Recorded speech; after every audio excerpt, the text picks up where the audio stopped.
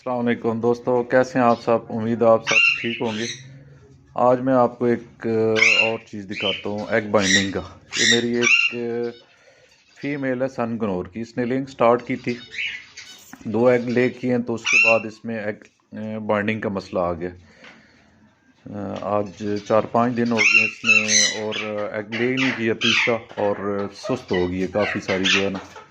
तो आज इसकी कंडीशन देखें तो आज मैंने इसको दिखाता हूँ आपको कि अगर एग बाइंडिंग का मसला हो जाए तो उसमें आपने अंडा कैसे निकालना है। ये ज़रूरी है बहुत आपके लिए कि आपको पता हो आपकी फ़ीमेल, क्योंकि ये ऐसा मसला है कि इसमें आपकी फ़ीमेल जो है वो एक्सपायर भी हो सकती है। अगर आपने अंडा नहीं निकाला, वो पहले सुस्त होगी, बिल्कुल सुस्त होगी, उसके बाद आपकी फ़ीमेल जो है वो मर भी सकती है। तो इसलिए ये बहुत ज़रूरी वीडियो आपने ध्यान से देखें, किस तरह आपने अंडा को जो है ना वो, कोई भी तोता हो या कोई भी परिंदा हो, उसमें अगर एग बाइंडिंग आ जाए, अंडा फंस जाए उसके अंदर, तो आपने उसको किस तरह निकालना है। तो अभी मैं आपको इसका अंडा इंशाल्लाह जो है वो खैर खरीद से सही करके जो है निकाल के दिखाता हूँ। ये मैंने फीमेल पकड़ी है, और इसको इस तरह एहतियात से पकड़ा है कि नीचे से इसका दबाव ना पड़े, ऊपर से इसको मैंने पकड़ा हुआ है। तो अभी मैं इसको आपका जो प्रैक्टिकली जो है वो मैं इंशाल्लाह आपको निकाल के दिखाता हूँ एग इसका। ये दोस्तों ये फीमेल है, अभी मैं आपको दिखाता हूँ इसका। आपने बिल्कुल आराम, ये इसकी जगह देखें, ये सारी इसकी फूली हुई है ये वाली। आपने इसको मुकम्मल जोर नहीं लगाना, आपने इसकी आस्ता आस्ता से जो है आपने इसको मसलना शुरू कर देना है। फिर जैसे दबाएंगे तो ये नीचे वाली इसकी जो वेंट वाली एरिया है वो खुलना शुरू हो जाएगा। आपने इस तरह थोड़ी देर, इस तरह आपको इसी तरह दबाते रहें, हल्का हल्का दबाना है आपने, और अगले सिरे से दबाना है जिधर से उसके पेट में अंडा स्टार्ट हो रहा है, अगले वाले हिस्से से। ये वाली देखिए, ये वाली जगह, यहाँ से एग स्टार्ट हो रहा है, यहाँ ख़त्म हो रहा है, ये वेंट वाली जगह नीचे से, यहाँ से अंडा निकलता है। आपने ये आस्ता आस्ता आप जो है ना, एकदम ज़ोर नहीं लगाना आपने बिल्कुल, ताकि वो उसकी जगह को आप जो है वो रेडी करें।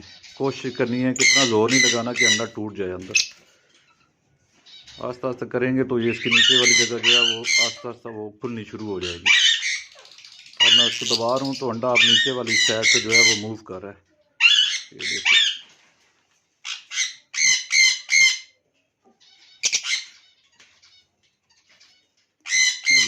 छोड़ दें, आस्ता से दबाएं, फिर छोड़ दें, ताकि इसकी जो नीचे वाली वेंट वाले एरिया ये खुलना स्टार्ट हो। वो ख़ुद भी साथ कोशिश थोड़ी थोड़ी फीमेल करेगी। अब अंडा काफ़ी ऊपर वाली जगह से जो है वो नीचे आ चुका है। ये आप ये देखिए, इसका अंडा खैर खरीद से इंशाल्लाह, ये देखें, ये अंडा इसका निकला है, और मुकम्मल अंडा है, यानी कि कच्चा अंडा नहीं है पूरा इसका। अब इसको मैं जो है ना इंशाल्लाह इसके जो है ना नेक्स्ट बॉक्स, उसके अंदर ही जिधर इसने एग ले किए हुए, उसके अंदर ही जो है ना मैं इसका ये अंडा जो है ना वो रखूँगा, ताकि ये इंशाल्लाह ये अपने अंडे पे जो है ना बैठ जाएगी और खैर खरीद से। अभी ये काफ़ी सुस्त और ढीली पड़ी हुई है। अभी मैं केज में छोड़ के आपको मज़ीद आगे इसको दिखाता हूँ। ये देखें दोस्तों, अभी मैंने इसको साथ ही इसको मैंने छोड़ दिया।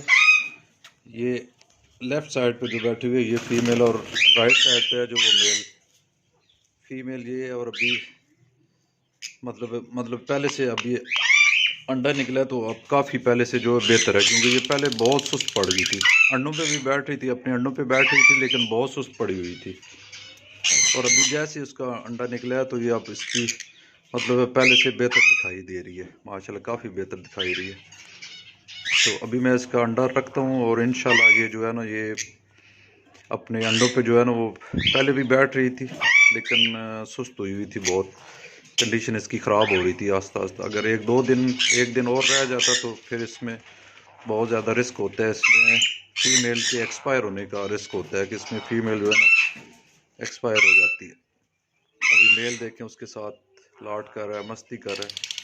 अंडा भी मैं इसका इंशाल्लाह दूसरे एग के साथ जो है ना वो ही मैं रख देता हूँ, और अभी मैं उड़ा के दिखाता हूँ। अभी इंशाल्लाह अभी फ्लाइंग करेगी।